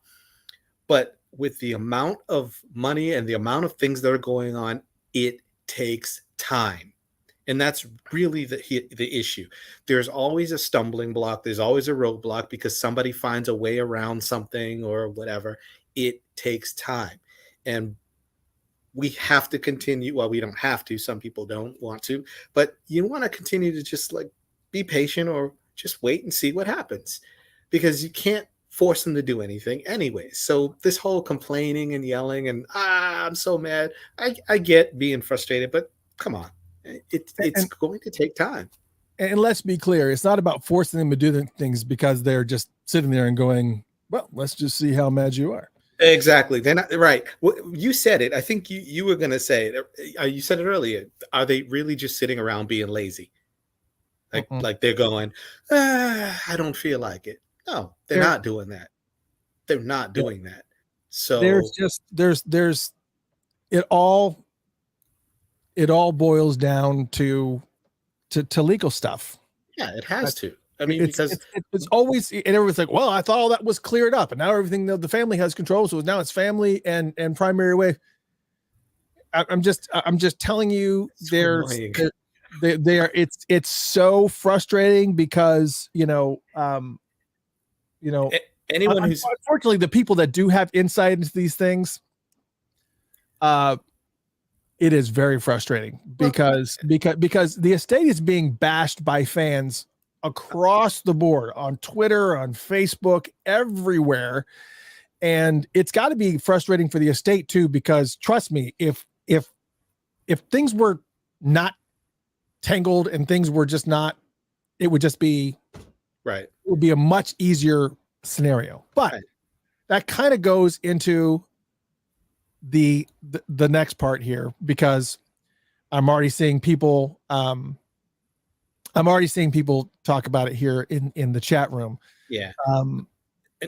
Let me just say before you jump, has anybody ever been sued or in a major lawsuit and won? Did you get your money the day it was settled? Yeah. I'm just saying. It just takes time. Yeah, it's, especially with everything, unfortunately, the way Prince left things with stuff just being wide open, it's just, and everybody just kind of everyone slammed their hand into the pot. It's just been, oh my gosh. It's just messy. That's all. Yeah, it's messy. David said, I'm pretty sure the upcoming Netflix documentary is influencing what music is being released to. Let me just go ahead and say this. Absolutely, Netflix is the scenario is going to be part of the equation. Right. I don't know. All I know is that when this has come out, it's going to be pretty friggin' awesome. And here's the other thing too. I think once we get over the hurdles that cannot be spoken about, once we kind of get over these hurdles, it's going to be like, the floodgates are going to be like kaplow. Yeah. So wow, it's things are coming, and when they come, it's going. This is going to get hard. It's going to come hard. When it comes, it's going to come hard. It's going to be like you were in jail. Never got a visit. You're getting conjugal music. Yeah, it's going to be, when it happens, it's going to happen hard. But because of the fact that Prince fans are notoriously impatient, because we were spoiled by Prince all these years, decades of being spoiled by Prince, of just like him just constantly shoving stuff out at a irrational pace.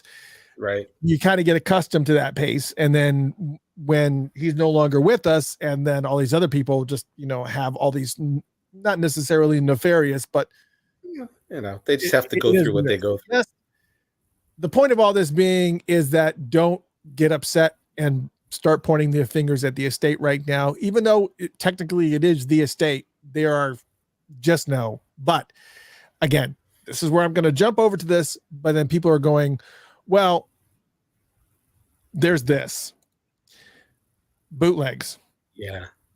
So let's start with Bootlegs here for a second, because this is something that landed. This is actually a small club 19. For those of you who are on the Funked Up app, my apologies. Right now I'm showing an image of the bootleg from Prince's Small Club performance from 1988, which is pretty much a legendary, iconic bootleg. It is out there and has been out there for forever.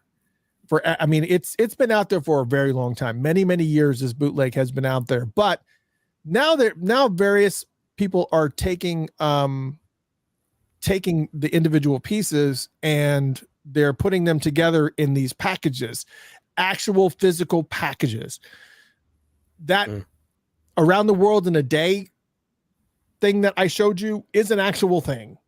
It's not an official actual thing, but it is somebody that actually went through the process of actually friggin' creating it. And so there's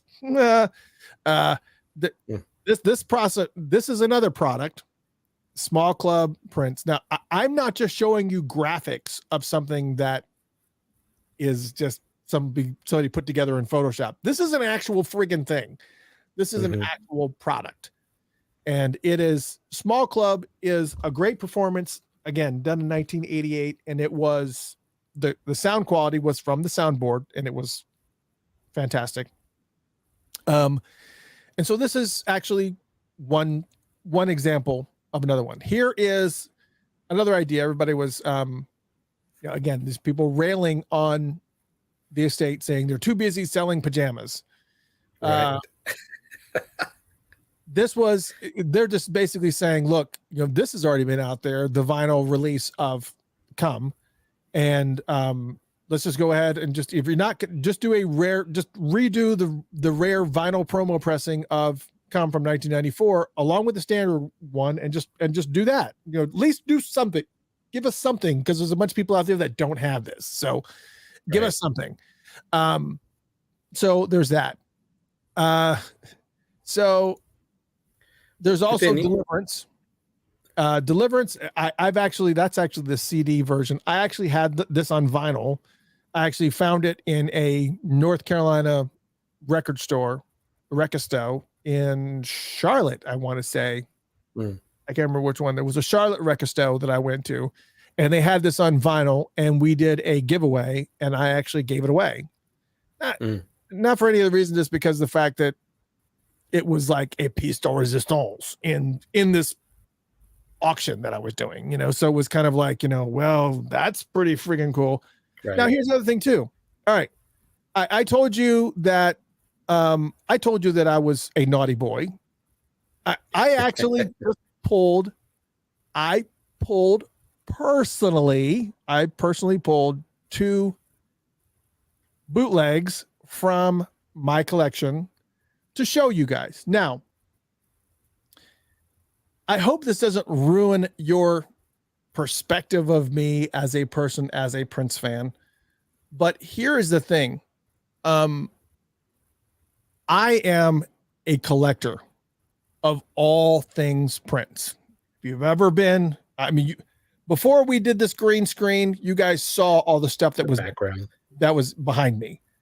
Prince, friggin' everywhere. Just everywhere. However, if I see something that really intrigues me, official or not, I kind of feel like I have to have it. That's just how I am, just because this is like, oh, this is really friggin' cool. So I actually brought out two, one recent and one not recent at all. I'm gonna show them to you. Just again, for the funked up people that are listening for audio only, sorry about that. You can join us on facebook.com/Funkatopia or youtube.com/Funkatopia, and you can actually look at some of these things. Let me show you. All right. We're going to start with the recent one. This is recent. And this is Chameleon. Now, there are different versions of this. That, unfortunately, because Prince is in green and I have green screen activity, this is Chameleon. Now, this is a bootleg that I saw. Was like, oh, that's really, really cool. This is obvious from that artist. I can't remember his name off the top of my head or her name. And this actually has same page, different book. D. Bourget, Ain't Gonna Miss You Where You're Gone, Boyfriend, If I Could Get Your Attention, What If, Free Yourself, Rough Enough, the Paisley Park Rehearsal with Way Back Home, the extended version, Menstrual Cycle, and Clouds, which is like a Mr. Nelson suite. So these are like versions that are, some of these things have been out there, but not in a demo format, compilation put together, compilation format. Yeah. And I was the main reason why I got this was primarily because of Menstrual Cycle, and because those jam sessions that he did with Third Eye Girl will probably never see the light of day. They were just what they were, and they were just what they were. And on top of that, which is also very, very cool, which I think is kind of neat when they kind of do these types of things, is that this is going to be a disaster because it's green vinyl. So you're probably going to be able to see through this. This is going to be nothing. Look, it's green vinyl. Oh my gosh, it's see-through. It's see-through. Unbelievable. It's not clear vinyl. It's green vinyl, but it's very, very cool. It's green vinyl. And so, I mean, that's just awesome. Now, I'm going to show you one that is probably going to break the internet. Oh boy. This is going to break the internet for sure, because this is one of those collections that was available back in 80. I don't know. It was late 80s when I got this. And this is before I really kind of understood where, how bootlegs were bad and how Prince didn't like it. I always just thought that when I was younger, that bootlegs were simply things that Prince just hadn't released yet. And that, this is how he was actually doing it, is he was actually releasing it. But I actually have the box set for Royal Jewels, which is,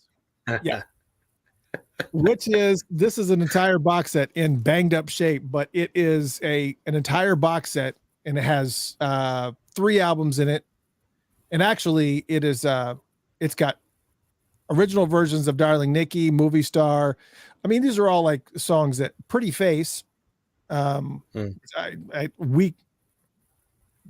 a version of We Can Funk called We Can Fall on here.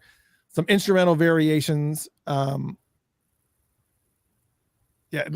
here's the other thing with bootlegs is that most of these people don't know, especially when they aren't familiar with the source material. Right. Like there's a song in here called Export Lover. All right. And they actually called the song like torn it up. Yeah. Yeah. And they actually said like here, it's like everything is misspelled, like Soli Acolia. Look at side 2, and the Soli Acolia is the name of the song. So anyways, yeah. So this is I can tell you a legendary box set that came out in the 80s, and it's the sound quality is horrendous. But here's the flip side to this too. The flip side to this is, even if I bought this, if there ended up being a official release for the same thing that I would go out and buy it. Yeah, right. I would simply just go out and just buy it. I had 2 different bootleg versions of the Black Album in the 80s. Right. Before it was actually officially released. Same thing with Crystal Ball. Yeah. I had multiple different variations of Crystal Ball. And when it officially came out, I went out and bought it. I went out and bought it. I'm never going to not support the estate for anything they did officially. But because of the nature of who I am and the obsessiveness I get with the obsessiveness that I get with, the way that I collect stuff. It's like, Right. I see that. God forbid, go to Etsy. It's an arts and crafts place. You Yeah, obviously there's know that Prince about merch there. and look for prints. Just search for prints. You will find all kinds of crazy things that people created. Yeah. Socks, socks, and Christmas ornaments, and horribly drawn drawings. All types of things that are out there. None of that stuff is official. Technically, those types of things could be considered bootlegs too. Right.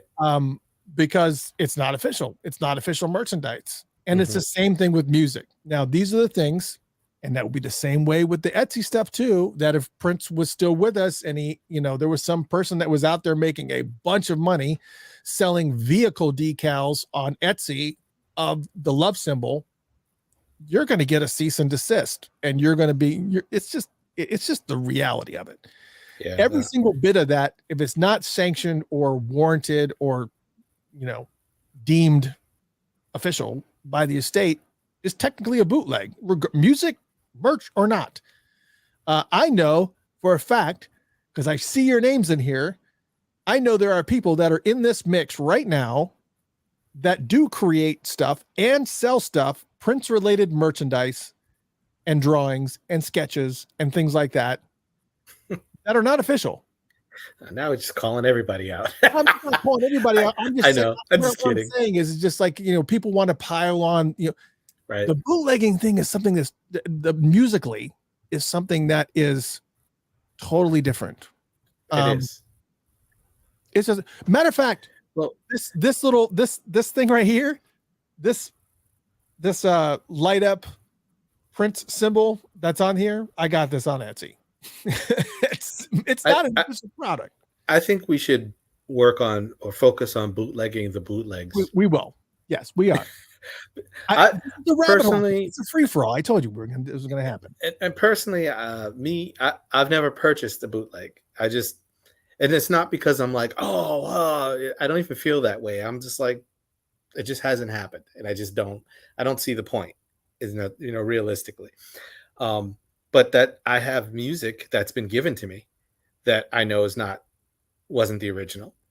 It's just, but I don't know. I just feel like we should, bootleg the bootleggers, and then, yeah. Well, and that's the other thing this is the other problem with bootlegging, is that most of it is garbage. Right. Most of the stuff that you see in a bootleg format, even if it's on vinyl, you're like, oh, well, it has to be good if they went ahead and went through the process of putting it on vinyl. Not necessarily, because that collection, that box that I sent you, that I just showed you, the Royal Jewels, is garbage. It sounds horrible. The sound quality is horrible. It would never be ordained in any specific. But you know what? The only person that got hurt on that is as obviously, well, me. Yeah. But again, that's why I don't buy bootlegs. It's not really because of anything. Because when we were back in the 80s and earlier, back in the day when people were doing that, when you were actually going, and you bought something and went, what is this crap? And so it's just one of those things where I'm just like, nah, because I'll get home and I'll be pretty upset that it's going to be garbage. I don't want garbage. If I'm going to get it, I want quality. I don't want to waste money on garbage. I just don't. My money matters to me. So that's probably one of the mental blocks that I have, and why I just don't bother purchasing that stuff. I don't care if someone else does, Yeah. I knew that there was good quality recordings of a lot of this, I haven't bought a bootleg on that one that I just showed you. That first one that I just showed you was the first one I had bought in years. I just because I knew that there was good quality audio stuff, and I just wanted to curious what it was sounding like on vinyl. So, and again, if it ever got officially released, that's fine. But, there is a specific one that has been just released, that just came out, that I will not buy. Well, if I saw it, I would be very, very conflicted, because let me just show a picture of it. You have a problem. You need help. I've got a problem. And that is the Prince Piano and a Microphone collection. that is out, not from the final shows in Atlanta. I think, and this is Third Eye Records, just so we're clear. This is the same organization, the same group of folks, the same group of folks that have right, really, really high quality audio. I don't know who is supplying them audio. It almost seems like it's got to be coming from internally, because most of the stuff, the releases that Third Eye Records puts out is different than, or just, I'm not Third Eye Records. I keep saying Third Eye Records. It's just I Records. EYE. I keep, sorry, I'm not, so don't start blowing me up on chat. It's just I Records, EYE. They are, and I've already seen a bunch of people that said, where can I get this? First off, I'm not going to tell you how to get it, because right out of the gate, I can tell you, it's impossible to get. It's very, very difficult to get these, because it's a process. It's a check and balance. You got to go through stuff. Yeah, let me and I thought, okay, that's got to be a whatever. Let me just show you. I want to show you a video of them unboxing this, because it is a short video, but he is actually I'm going to turn down the audio on this. But matter of fact, I might just turn the audio completely off. But this is a video of this guy unboxing this iRecords bootleg. So it's actually got cards in it. It's actually got full blown, and I'm sorry because it's uploading from my computer, but it's actually got this really nice card sheet that shows all of the dates that are on there. It's got these really high quality photos and cards that are in there. Then on top of that, it's got, I think it has both CDs and also vinyl. So it's not, yes. David Gold said, these boots are made by fans. They know what fans want. I agree. Mm-hmm. There are some people that are very, very well known for, releasing, high quality material. This is from iRecords. And I think this is kind of, here's the thing. This box set that they have is, I'm just intrigued by this unboxing or whatever, but I'm just going to go and just it's just like, I can't talk. I can't talk while I'm watching it, because it's crazy to me, because the amount of work that they put into this packaging, and the fact that it's not publicly widely available. Like, you can't go, oh, let me go to this website and buy it. You can't. It literally is. I think I saw I saw somebody in here say insider trading. That is basically what it is. You have to be inside of a group that is known and trusted and whatever. I saw that box and I was curious to get hold of a physical copy of it, because I know that this is the Paisley Park one that there are soundboard recordings of that are good, high quality. Paisley Park soundboard recordings is the one that he brags about. This beautiful sound is done by Scotty. The Scotty Baldwin, mix things. We already know that there is amazing audio, and trust me, if they put that package together, it's got that amazing audio on it. You know it for a fact. First off, they don't have the original recordings. So that is the first. So even as amazing as it sounds, to blow yourself over to get vinyl is not analog. It's not I need my fix, man. It's not analog. It will be digital to analog, which most of these bootlegs are. So there's not like, it's not going to be like the vinyl experience, but most people don't even care about that. They just want that packaging. They want those beautiful high res photos, the images. It's about and everything. It's a beautiful thing. When I was just curious, because I wanted to know, where could you get it and how much it is. I was told right out of the gate, they don't want to do business with you. Because I found somebody who knew somebody who knew where to get it.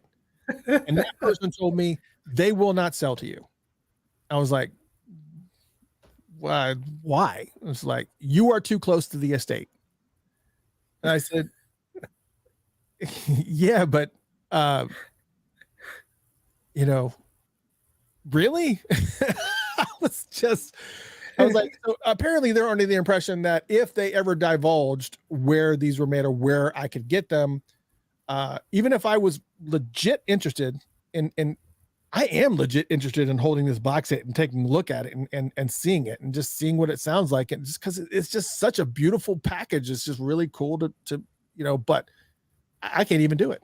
I can't even do it if I wanted to, because I am on some bootlegger blacklist. So, I mean, there are worse things to be blacklisted for. Yeah, there are worse things to be blacklisted for. But so here's the whole point of this. I'm okay with being on that bootlegger because I would rather be in the good graces of the estate than be in a scenario where, I have to, Right. I'm sure, God willing, if that thing will cross my path at some point in time in the future, whatever. Right. And once again, if the estate ever released something like that officially, I would be first in line to buy it. Well, probably not first in line. I know a lot of you guys are pretty hardcore. Right. But here's the thing. This is the kind of things that the estate, this is the kind of thing that the estate needs to do. Right. Because here's the issue. The bootleggers are beating them to the punch on all this stuff. Mm-hmm. Like hardcore beating them to the punch on all of this stuff. Right. And there is no reason why. Well, there is a reason why. We know there's a reason why. But they have these amazing recordings of all of these live shows, like Small Club, like the Prince Piano and a Microphone shows, not just the Paisley Park one that they did that was amazing soundboard recording, but also the Atlanta shows. Mm-hmm. They have all of that, and they have the originals. They don't have a copy of the original, which still sounds fantastic. They have the thing. They have the first run that it's just, it's fantastic. And they could easily just hit the ground running with all these releases. One of the Record Store Day releases that is on the 2023 list is Stevie Nicks. Stevie Nicks is releasing a double LP of her 1981 concert, Belladonna. Right. That's a prime example of what I'm talking about. Yeah. Get these concerts that are obviously legendary concerts, like the Love Sexy concert, like the Small Club concert, like the Prince Piano and a Microphone concerts, like the Jam of the Year concerts. All of those things, you have all of the original recordings. You have an amazing art team at your disposal. Right. You guys could throw some stuff together and just not throw some stuff together. But you could, you have all of it. It's not like you have to tweak and, pull back into the studio and, have Morris Hayes or somebody go in and, and recraft some of this stuff. Mm-hmm. Stuff that's already there. It's already mixed down. You could just put it right to vinyl. You could beat the bootlegger. This is the way you shut these bootleggers down. Yeah, they could create the killer packages and way faster and way at a rate that the bootleggers could not keep up with. No way. I mean, they could just, crush that. Absolutely. Absolutely. And they could crush the bootleggers. Yeah. Yeah. And at some point, it's true what everyone's saying, that they should be paying attention and taking note, because even though they want to put together what they think sells, they can see what sells too. So you can't ignore what the bootleggers are doing, because they wouldn't do it if it wasn't making money. So if they see what's happening and then they put something together and make a plan, they could crush these guys just shut them down. It's For real. Again, we know that the estate is going through some stuff right now, and it's not about being lazy. It's not about just going, oh, we're just going to just sit and just make some money on some merch. We'll sell some socks. We're good. Right. That's not what's going on. Trust me, they are just as frustrated as the fans, if not more, because not only that, because they know what's going on in the background and they can't do anything, and they just have to sit back and watch everybody bash them. Right. When that's not what's going on. That's not the truth of what's going on here. And it's just, I mean, the fans are just freaking brutal. Just and it brutal. Yeah. And hats off. I mean, I think, we talked about this last night when we were talking on the phone. I was thinking, they could easily just, if they could, I mean, I know there's, legal stuff and everything else, but it would just make so much more sense if they just came out and say, look, even just hint at some of the things, some of the challenges they're experiencing, and just say, this is why these things are happening right now. Trust me, once we get to point A or point B or whatever it is, the point that you can get, you guys are not going to have any time to complain, because this is going to be plow, plow, plow, plow, plow. But exactly now that's what we're dealing with. Yeah. But and be realistic too. Again, we know how the industry works, and anyone who's a superstar, nobody ever wants to look injured. Nobody wants to look like they have to go through stuff. No one wants to look like they're struggling. And so, we're not going to hear a lot of that stuff. It's just not going to say, well, we would do it, but I broke my leg. They just want to, show up and look like, hey, everything is perfect. And so, but the realistic side, the humanist side, the way the world has become, it would be so much better if that openness started happening sooner than later. Just little things. It would just make a difference. It really would. Ron has a suggestion here. The estate needs to do a subscription of unreleased and live shows. Now, we've talked about the rebirth of NPG Music Club in that way, where it may not necessarily be a radio show, but something may not be a radio show, something that you already have access to. It may not be necessarily a radio show, but something that's subscription based, like nugs.net. For those who aren't familiar with nugs.net, they have there's a bunch of bands that are out there, like Lettuce and Dave Matthews Bands and John Mayer, that will record their shows and literally send them to nugs.net so that they can actually post their live shows there. And it's part of the subscription, and everybody who downloads it, they get a cut and blah, blah, blah. So they're making money off of these live recordings. And and what's crazy is that, with as many shows as, bands like Dave Matthews Band does, there are people out there who are obsessed with collecting every single show from every single date that the band has ever done. And it is literally the most difficult, insane task. And that type of rabid fandom is definitely part of the Prince world. Right. And so I think a subscription model makes total sense for sure. But I mean, I just think it makes total sense for sure. And Sterling actually makes a good point. Sterling Stewart says, not true. There were still bootlegs coming out during those times, and some of those releases were competing with the official ones on some levels. And I agree with that. And that's because of what you just said. There are people out there that no matter what's coming out, they want everything. They want all of it. So it won't matter to them whether it's a bootleg or an original or official or whatever. It's still a piece of something. So yeah, I get that too. And and also, like, Elena's comment, bring back NPG Music Club with Funkatopia as WMPG. Listen, right? The Funked Up app is already a thing.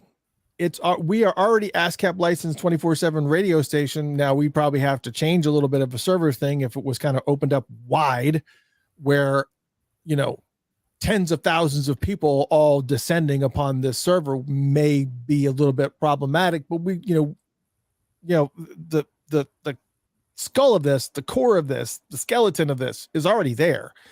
So, you can download the Funked Up app right now and listen to 24/7 Prince radio station now. And as I keep saying, it's ASCAP licensed. So they get paid. It's already there. Matter of fact, it seems like a good time to do the scroll. Yeah.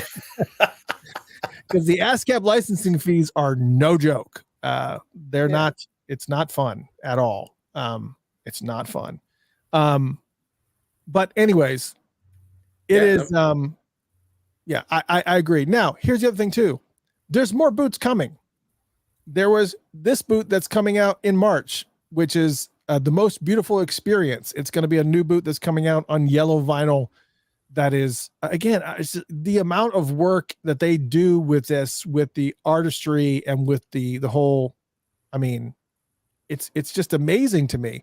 This is kind of gives you an idea of somebody. It's got a gatefold with super glossy mirror lamination, 2 yellow vinyls, full color labels.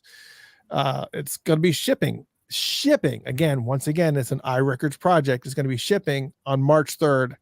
So, and you have to be kind of, and this is kind of what everything that's on it, but here we go.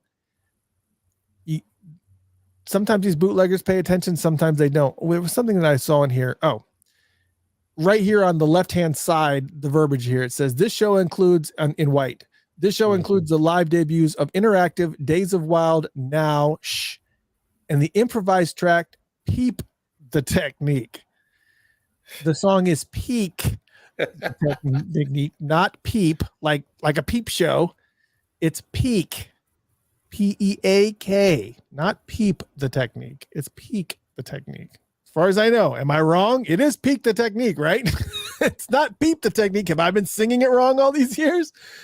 But it's just, this is a bunch of stuff with Larry Graham, and it's, I don't know. It's this is more stuff that's coming out. More stuff that is coming out. Yeah. It's just not going to stop. And I kind of feel like, I don't know. Elena says it is Peep. Every time I've ever seen it in print, it's always been Peak, P-E-A-K. Anyways, we'll see. That all being said, He said they ain't from the hood. they ain't from the hood. Like we don't know what Peep the Technique means. Like we don't know. That's funny. I love it. No, is this Peep the Technique is a rap term? All right. No kidding. No, look what Stacy just said. She just said it since. No, but no.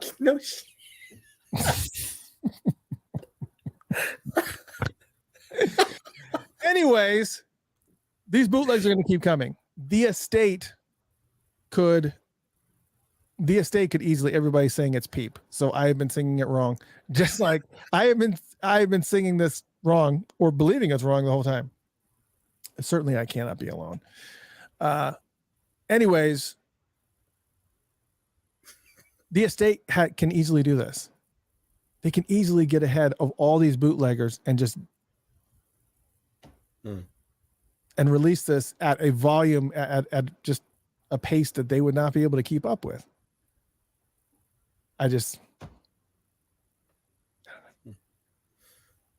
Yeah, I think you're right. And when they finally start the process and things start coming out, I think that should be the focus. Just laying it out there to quelch that. Just I know that murder that. Peep that technique.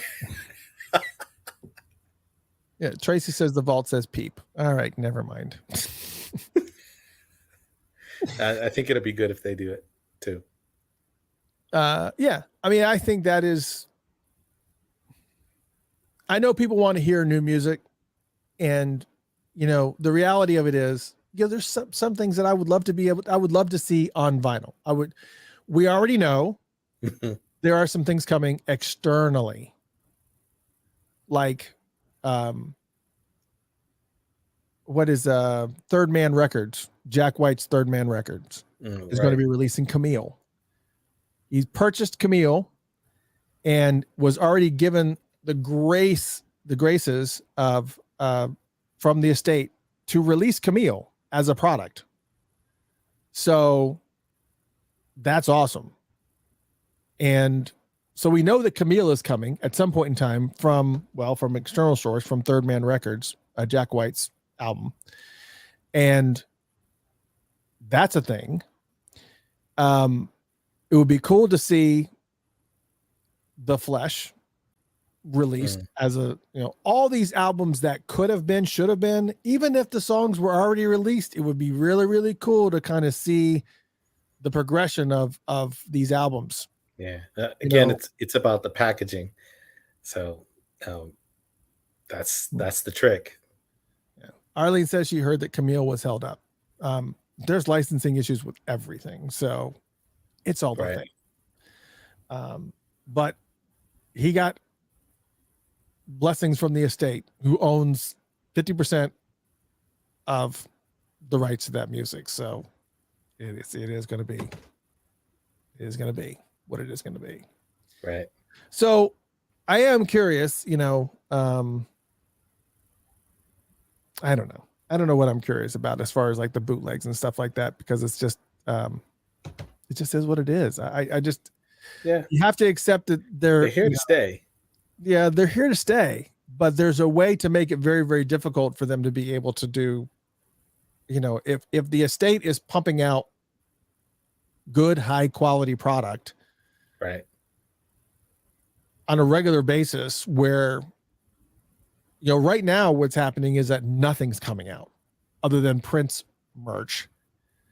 And the problem with that is that people don't want that. People want music. And if the bootleggers are the only ones that are releasing the music, that's problematic. Right. Well, somebody's buying the merch. So. Oh yeah. No, we don't know. Somebody's buying the merch. I bought 2 copies of the Welcome to America Gold 45 just because it was only $10. And it was a 45 gold vinyl for $10. So I bought that just because I wanted to tune. I wanted to make them into clocks. But anyways, just know the point of all this being is to just know there's stuff going on. They're not being lazy. They're not listening to you. Right. They're not listening to you. Right. They're not listening to you. Right. They're listening and they're hearing. Unfortunately, they're not big fans of what they're hearing right now, but they have no choice.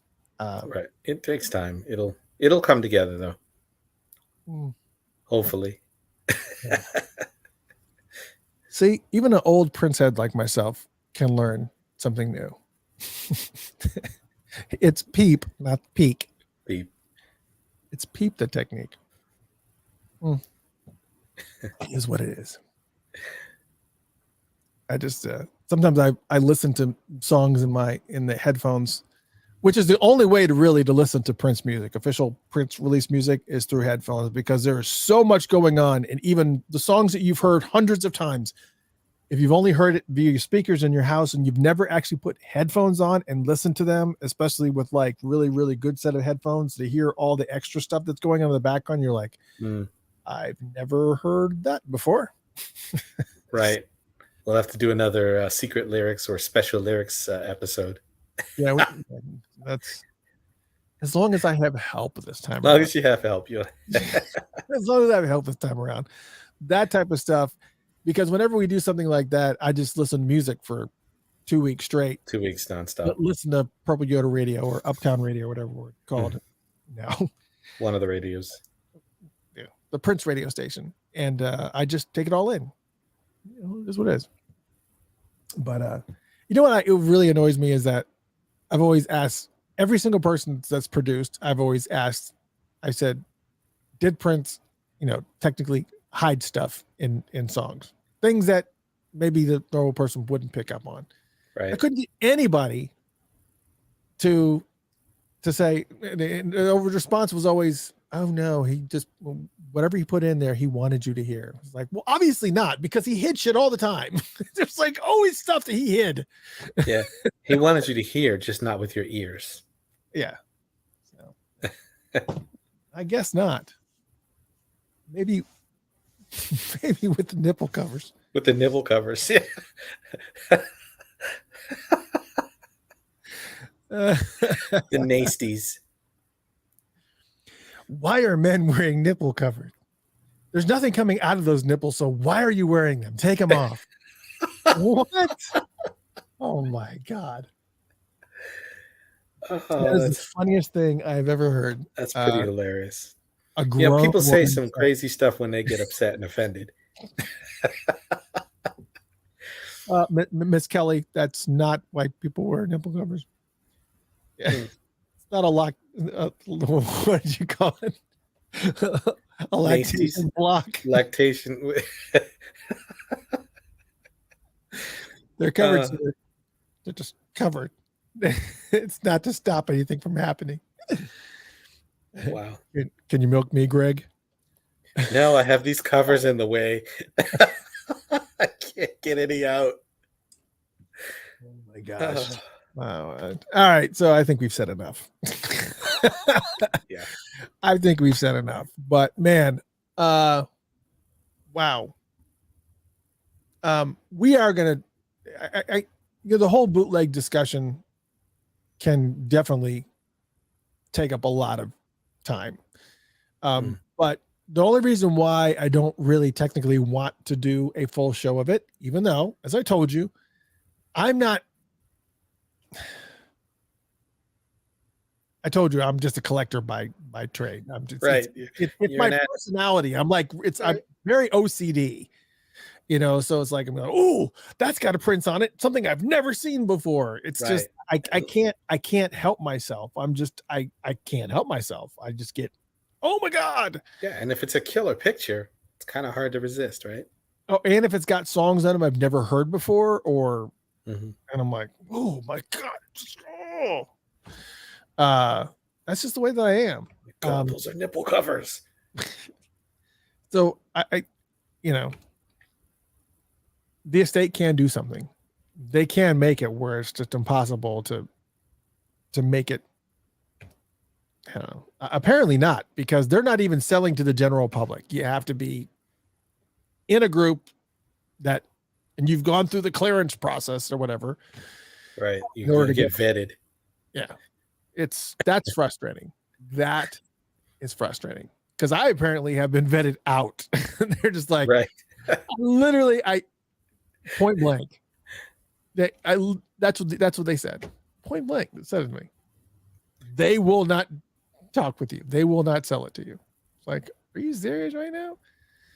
Oh man. It says, oh, I forgot to share that image of, that seems like a good wrap of the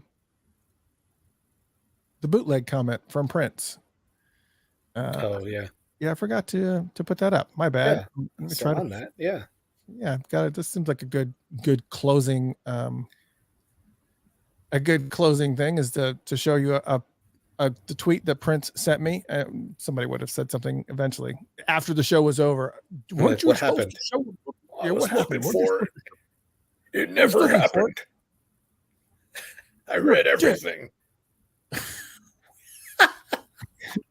You're a dick. You don't do what you say. All right, here's the tweet. It says, fans share, not sell. They don't get sued. Bootleggers do. That's from Prince to Funkatopia. That's it. Yeah, so there you go. I don't think you can be any more clear than that. It's okay. You want to listen? Cool. Listen. Check it out on the radio. On Purple Yoda Radio. Check it out. It's fine. I ain't selling it. Right. They don't get sued. Bootleggers do. That's so it. There it is, right from Prince to in a response to that was in a response to a whole post that I did on it. I did actually a whole post on it. I think you can probably still find it. If you probably go to funkatopia.com and you search for bootlegs or bootlegger. I don't remember what the verbiage is, but you can probably find it. But yeah, it was a whole discussion on it. And it's well stated. That's it in a nutshell. Yeah. So, if any of you fine folks out there,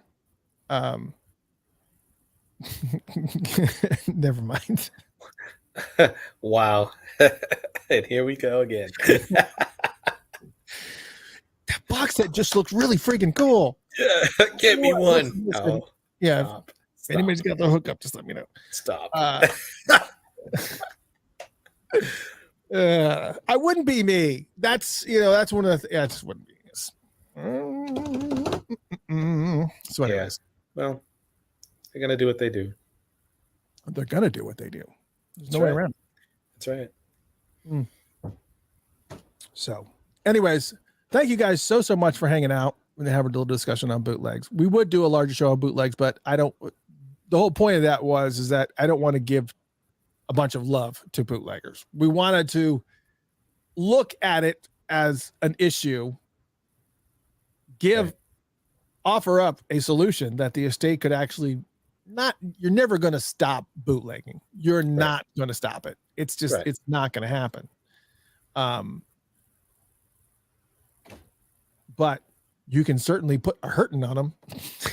You can put a hurting on them by constantly pushing out stuff that you have access to. You literally can open up the vault and you can put stuff out. He recorded every single one of his shows in some soundboard recording thing, but you literally could do 10 releases a year for the next 100 years of live shows. Right. And you would it would just be impossible. It would be impossible. Yeah. They'd have to move on to another artist to make any money. Yeah. Anyways, what's going on here? Am I missing some anyways. What Donna says, what are you drinking, Chris? Nipple covers. She missed that part of the conversation. You have to rewind to the beginning of it. It's yeah. We spent some quality time on the nipples. Yeah. It's it was very funny. It was a comment, just to kind of summation. It was a comment that right-wing talk show host Megyn Kelly made about Sam Smith's performance on the Grammys. The fact that some of his performers were men and they were wearing nipple covers, and her comment was, why are you men wearing nipple covers? It's not like anything's going to come out of there anyway, so go ahead and take them off.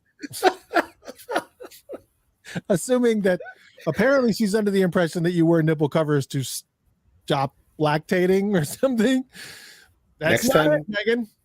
Next time they're going to wear pumps.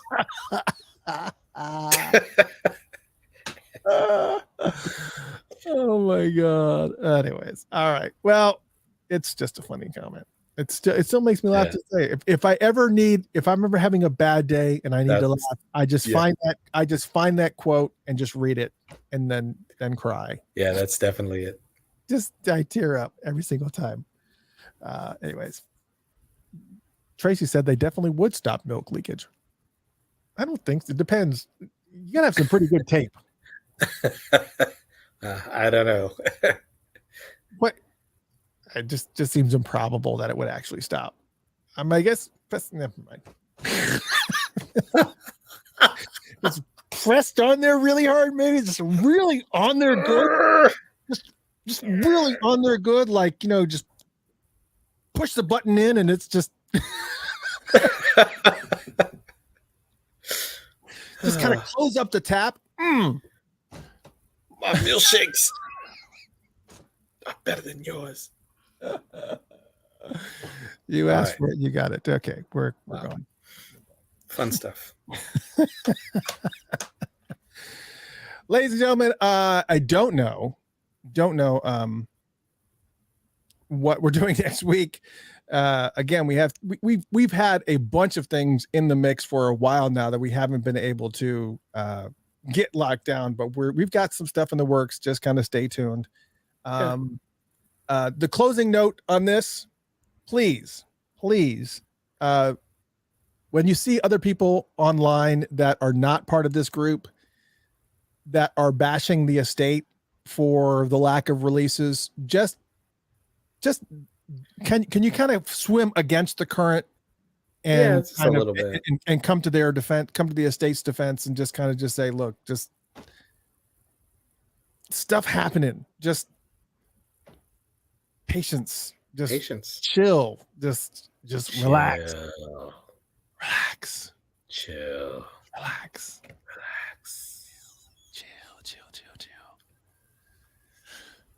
People mean says, what happened to the Sharon Nelson interview? Time to put on their nasties and yeah, so that's where we're kind of got we had to push pause. We're still working on things, and schedules change and things change, and we just she's not the only one in the mix that's in this kind of spiral holding pattern or whatever, not because of us. Right. All right. I hope you guys had a fantastic time. Thank you so much for tuning in. This is Funkatopia Live. Again, I'm your host, Mr. Christopher, and my co-host, Jeff Page, who was late. He made it. Man, you were here. That's all that matters. I made it. So, you know. Don't hate me because I'm beautiful. Right? She. Yeah, whatever. Yeah, well. Shut up already. Damn. All right. Good night. Good night. Maybe we'll see you next week. Maybe. You never know. Good night.